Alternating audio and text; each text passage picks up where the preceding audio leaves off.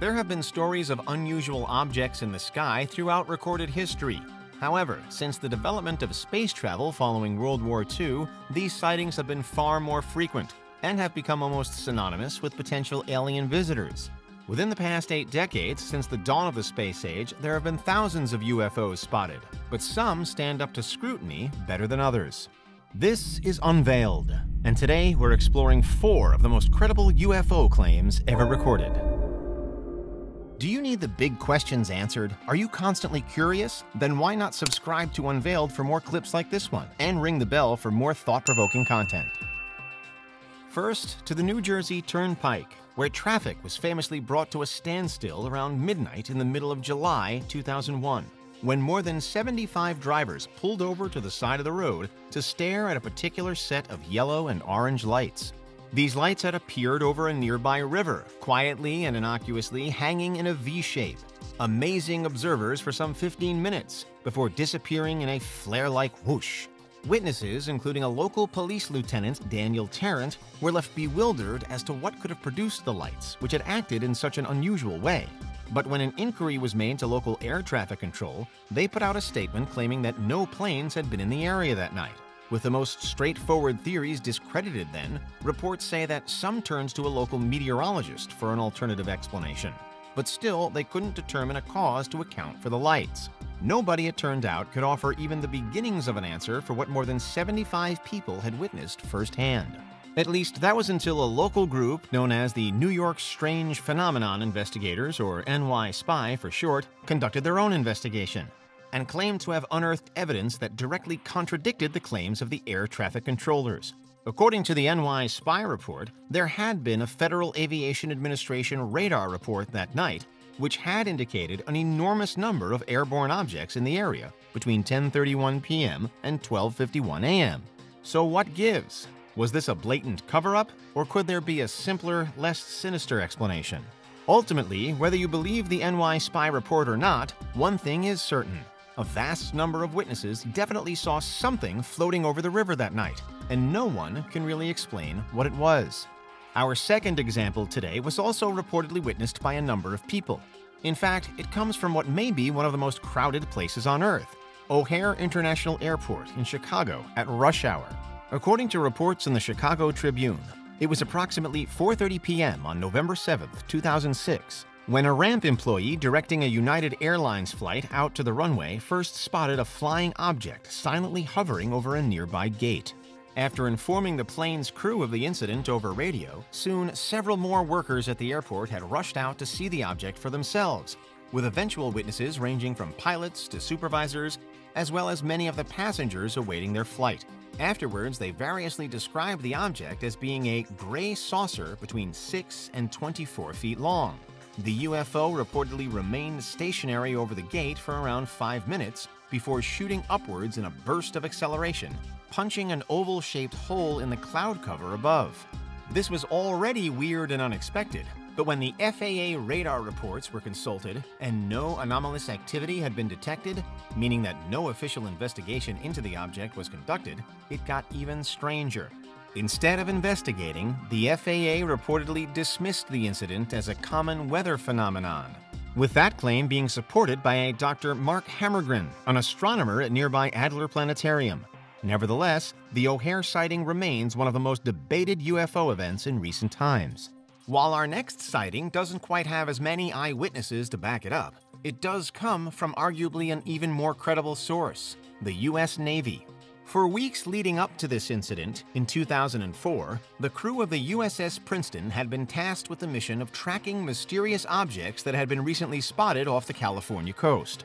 Objects that were said to hover at about 80,000 feet before plummeting to just above the Pacific Ocean in less than a second. With no way to account for this bizarre technology or speed, the crew needed to get a closer look at the objects themselves.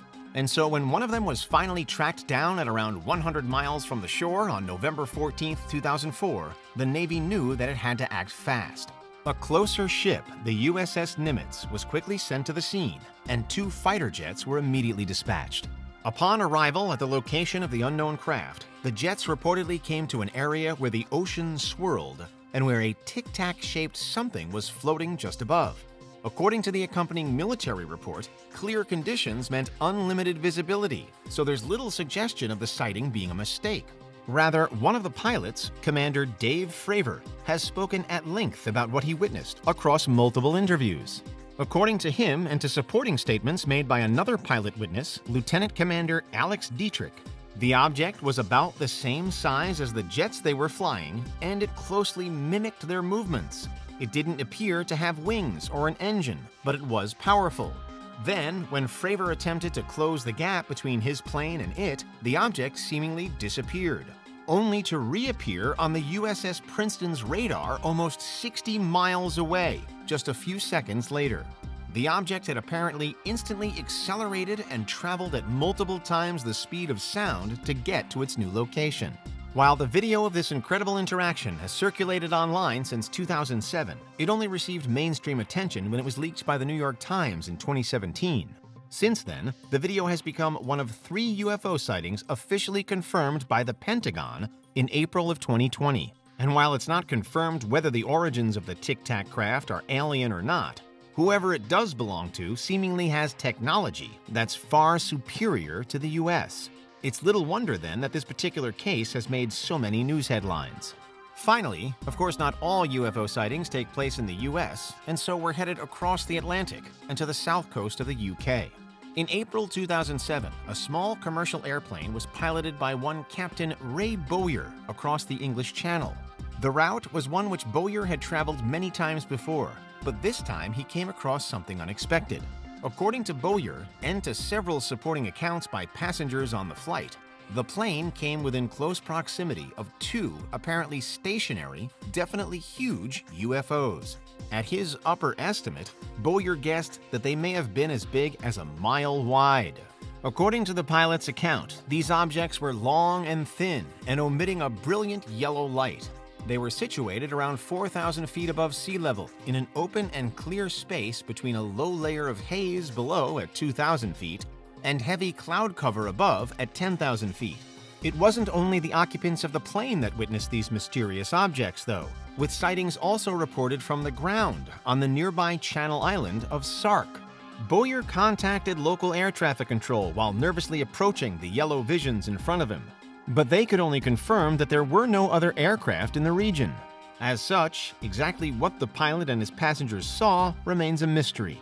Ultimately, they got to within around 15 miles of the object and witnessed them for around 15 minutes before descending to land. And although they did little more than glow, Bowyer has continually reiterated how out of place these UFOs were. It's just not something you expect to see while flying halfway between England and France, is it? Unlike many UFO sightings which are so often derided, these 4 claims all share some key commonalities that arguably help to maintain their credibility. They all occurred in a public setting, and they all had multiple eyewitnesses. And even when they had fewer witnesses, they've been validated by an official, authoritative source. What's more, they all lack any other confirmed explanation of what they were. And that's why, while we may never get a definitive picture for any of them, those are 4 of the most credible UFO claims ever recorded. What do you think? Is there anything we missed? Let us know in the comments. Check out these other clips from Unveiled, and make sure you subscribe and ring the bell for our latest content.